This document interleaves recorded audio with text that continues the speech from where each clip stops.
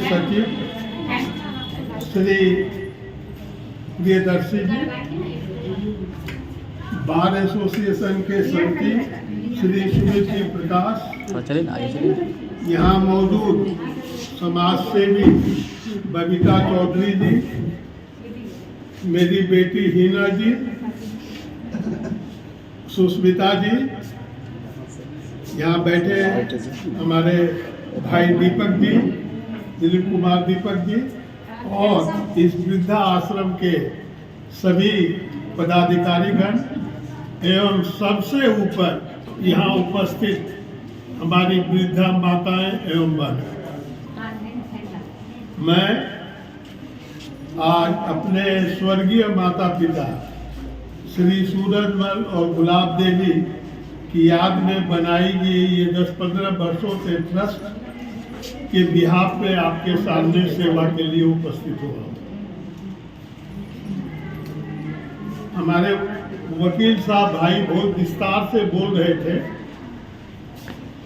कि एक जमाना था जब बिना माता पिता से पूछे कोई काम नहीं हो सकता, चाहे वो घर में फंक्शन हो, शादी हो, पूजा हो या कोई भी चीज हो।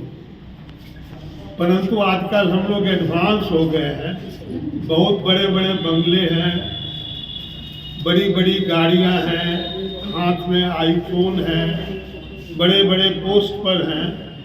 तो दुर्भाग्यवश कुछ जगह, हम नहीं कहेंगे सब जगह, लेकिन कुछ जगह ये दुर्भाग्यवश हो गया है कि आज हमें वृद्धा आश्रम खोलना पड़ा। मैं आपको बोर नहीं करूँगा, लेकिन छोटी सी बात कहूँगा कि मैं एक बहुत ही छोटे से गांव मधेपुरा जिला के पुरानी बाजार में पैदा हुआ, जहां उस समय सिर्फ एकमात्र जाने आने का काम था बैलगाड़ी, न रिक्शा था न ऑटो था। कुछ वर्षों के बाद अवश्य वहाँ से बसें चलने लगी जो मधेपुरा, सहरसा तथा अन्य जगह जाती। उस समय जब मैं 12 साल विदेश में काम करने के बाद हिंदुस्तान वापस आया तो हम लोगों ने निर्णय किया, हम लोगों ने मतलब मैं और मेरी पत्नी ने, कि हम लोग दिल्ली में सेटल करेंगे, क्योंकि बच्चे का एजुकेशन होगा और शायद कॉस्मोपॉलिटन सिटी में हम बढ़िया से रह सकेंगे।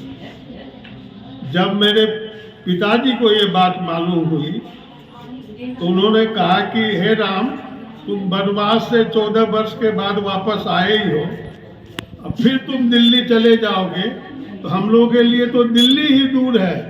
दिल्ली से इंग्लैंड जाने में तो 8 घंटा ही लगता है, लेकिन पुरानी से दिल्ली जाने में उस समय 36 घंटा लगता है।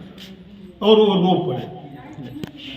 तो मैंने अपनी पत्नी को रात में बताया कि जो बेटा अपने माँ बाप को रुला देता है, धिक्कार है वैसे बेटे से, जिसने हमें पढ़ाया लिखाया, आदमी बनाया, डॉक्टर बनाया, उच्च शिक्षा के लिए विदेश भेजा, आज वो मेरे सामने रो रहे हैं। ये मेरा सौभाग्य था कि मैं अपनी पत्नी को समझा सका और हम लोग वापस यहाँ पुरेनी बाजार से 100 किलोमीटर की दूरी में पूर्णिया में सेटल कर गए। और मैं आपके आशीर्वाद से यहाँ बहुत ही प्रसन्न हूँ, हर तरह से, प्रोफेशनली, सोशली एंड व्हाट। क्योंकि मैं बहुत वर्षों तक बाहर रहा, पहले पटना में, फिर इंग्लैंड में, तो मैं एडमिट करता हूँ कि मैं अपनी माता पिता की सेवा तब तक नहीं कर पाया। जब मैं 89 में पुणे आया तो मुझे सौभाग्य प्राप्त हुआ कि मेरे माता पिता मेरे पास रहे। अंत में अगले 10 साल 12 साल में वो नहीं रहे, लेकिन उनकी एक एक बातें मुझे याद रहती हैं।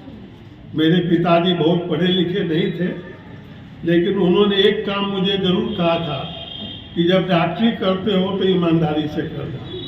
और मैं बड़े ही गर्व से कहना चाहूँगा कि पिछले 33 साल में डॉक्टरी में व्याप्त किसी भी गलत चीज़ को मैंने अडॉप्ट नहीं किया, और यथासंभव हरिश्चंद्र और युधिष्ठिर तो नहीं, लेकिन यथासंभव 95% ईमानदारी के साथ मैंने अपनी डॉक्टरी की है अपनी सामाजिकता से।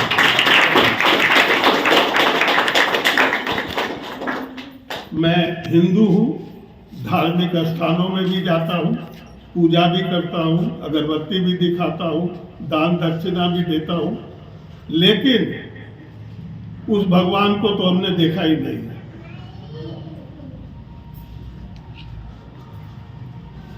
जो भगवान यहाँ है वही तो भगवान है।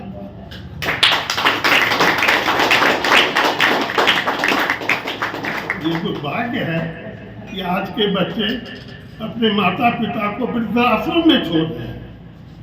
मैं सभी माताओं और बहनों को कहना चाहता हूँ, जो यहाँ है और यहाँ से बाहर है, अगर आपको किसी भी चीज की जरूरत हो, अब आईफोन तो आप हमसे मांगिएगा नहीं, खाने पीने, पहनने, ठहरने, इलाज में तथा किसी भी चीज में मैं आपको पूरा आश्वासन देता हूं कि आप आदेश देंगे, आपकी चीजें पूरी होगी। आप इसको आप गांठ बांध के आते। अभी हम लोगों में हौड़ लगी हुई है, दौड़ लगी हुई है, इतने पैसे, इतनी चीजें, सब कुछ हो। हाँ, अर्थ बहुत जरूरी है, अर्थ के बिना अनर्थ हो जाता है, लेकिन बेईमानी से प्राप्त किया हुआ, स्मगलिंग से प्राप्त किया हुआ, गलत तरीके से प्राप्त किया हुआ धन आपको अंत में दुर्गति करेगा, ये आप बांध के रखो। मैं पिछले 20-25 वर्षों से यथासंभव अपने भगवान रूपी माता पिता के नाम से जहाँ तक जो भी हो सका है मैंने करने का प्रयास किया है। मैं अपना ढोल नहीं बजाना चाहता हूँ, लेकिन मुझे गर्व है कि आज मेरे माता पिता के नाम से कला भवन में, लाइन्स क्लब में, रानी सती मंदिर में, श्याम मंदिर में तथा कितने धर्मशालाओं में उनका नाम मैंने अंकित करा के बड़ी खुशी प्राप्त की है। और पिछले कुछ महीनों से ही मैंने एक जानकी कुटीर, जो राम लला के ठीक सामने 2 मिनट की दूरी पर है, जिसके सचिव आचार्य किशोर कुणाल जी हैं, वहाँ एक रहने की व्यवस्था फ्री ऑफ कॉस्ट, जिसमें 10-12 रूम, 2 डॉर्मेट्री है, उसको स्पॉन्सर किया है और उसमें मैं खुद पिछले महीना रह के आया। तो हमारा जो एम है, बहुत सारा धन इकट्ठा करना वो बहुत जरूरी है, लेकिन उसका एक हिस्सा समाज के लिए और राष्ट्र के लिए होना चाहिए। अगर आप वो ड्यूटी पूरा नहीं करते हैं तो आपकी अरबों और करोड़ों की संपत्ति आपके साथ नहीं जाएगी, आप खाली हाथ ही जाएंगे। हम रोज मरते हुए लोगों को देखते हैं। आज भी एक बहुत प्रतिष्ठित राजनीतिक की मृत्यु की सूचना मिली है, लेकिन हम उसे कुछ सीखते नहीं हैं। हम जितना दुर्गंजन, जितना बेईमानी, जितनी शैतानी, जितनी चापलूसी कर सकते हैं, उसकी कोई सीमा नहीं है। ये इसलिए हो रहा है कि आज हमें समय ही नहीं है कि हम सोचे हम क्या कर रहे हैं।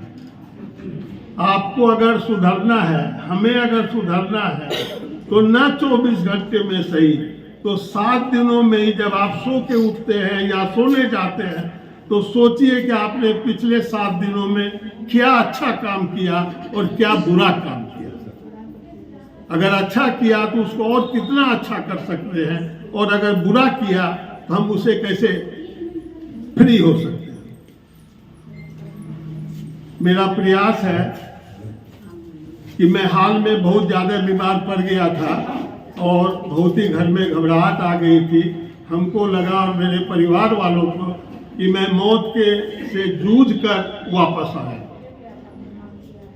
तब से मैंने ये और निर्णय लिया कि जो भी हो सकता है, जहां भी हो सकता है, लेकिन ध्यान रहे ये जेन्युइन चीजें होनी चाहिए। दुर्भाग्य है कि आप कोई भी चीज देना शुरू कर दीजिए और नॉन जेन्युइन लोग जेन्युइन के ऊपर चढ़ के ले लेते हैं। इसी सप्ताह मैं, हमारे संजय जी हमारे ट्रस्ट के बहुत एक्टिव मेंबर यहाँ मौजूद हैं।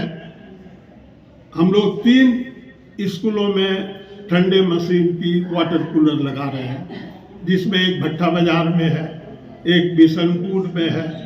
मैं वो गाँव में गया भी नहीं हूँ, नाम भी नहीं सुना हुआ हूँ, लेकिन हमको पूरा वीडियो रिपोर्ट आया उसका। वो एक बहुत अच्छी जगह है जहाँ बच्चों को पानी की सुविधा होगी तो अच्छा रहेगा। एक उफरेल में ये एंड नहीं है सेवा का, जो आया है वो जाएगा। और जब मैं अभी तुरंत वापस आया हूँ दरवाजे से, थ्रेशोल्ड से वापस, तो मेरी इच्छाएं और भी बढ़ गई। इसलिए कोई भी दिव्यांग हो, वृद्ध हो, लाचार हो, लड़कियां खासकर जो बहुत ही पुअर फैमिली से आती हो और पढ़ने में अभिरुचि रखती है, इस तरह के जो भी जेन्युइन लोग आपको मिले, कृपया आप कांटेक्ट करें। आपको कांटेक्ट करने के लिए मेरी क्लिनिक हमेशा ओपन है। अभी भी मैं यहाँ से जब जाऊँगा तो रजनी चौक पर एक बच्चा है जिसका पैर कट गया है, उसको क्या बोलते हैं उसको, हाँ, व्हील चेयर में दूँगा। हम लोगों ने अभी तक कम से कम 200 व्हील चेयर, 500 लोगों को आर्टिफिशियल लिम्ब लगाने का काम किया है। और मुझे खुशी है कि शायद यही एक काम है जो हमें करना चाहिए। बाकी काम में आपको वो सुविधा नहीं मिलेगी। और आप लोगों का ही आशीर्वाद है कि मैं पिछले बार मौत के दरवाजे से वापस चला। मैं कोई नेता अभिनेता नहीं हूँ और आपसे भूल से भी वोट मांगने नहीं आऊँगा, न गया होगा। लेकिन मैं ये जरूर समाज के लोगों को रिक्वेस्ट करूँगा कि जो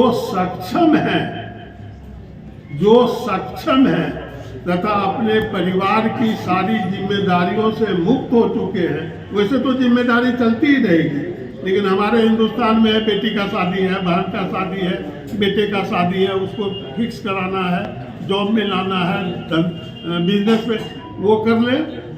लेकिन न भूलें कि राष्ट्र और समाज भी एक चीज़ है, उसके लिए भी आपकी सेवा होनी चाहिए। सिर्फ बेटा बहू पोता, अब बेटी दामाद नाती नतनी, वही आपका परिवार नहीं है। ये माताएं और भाई जिनको सहारे की किसी चीज की आवश्यकता है, तो उसमें आप भाग करें। यही मेरे समाज के लोगों से प्रार्थना है।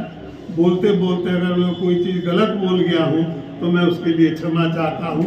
और ये मेरा सौभाग्य है, इन सबों का सौभाग्य है कि हमारे जिला विधिक सेवा प्राधिकार के माननीय सचिव महोदय, जो इस संस्था का ही काम है कि हम अच्छे जिम्मेदार व्यक्ति बने और जो नीडी है उनकी सेवा करें।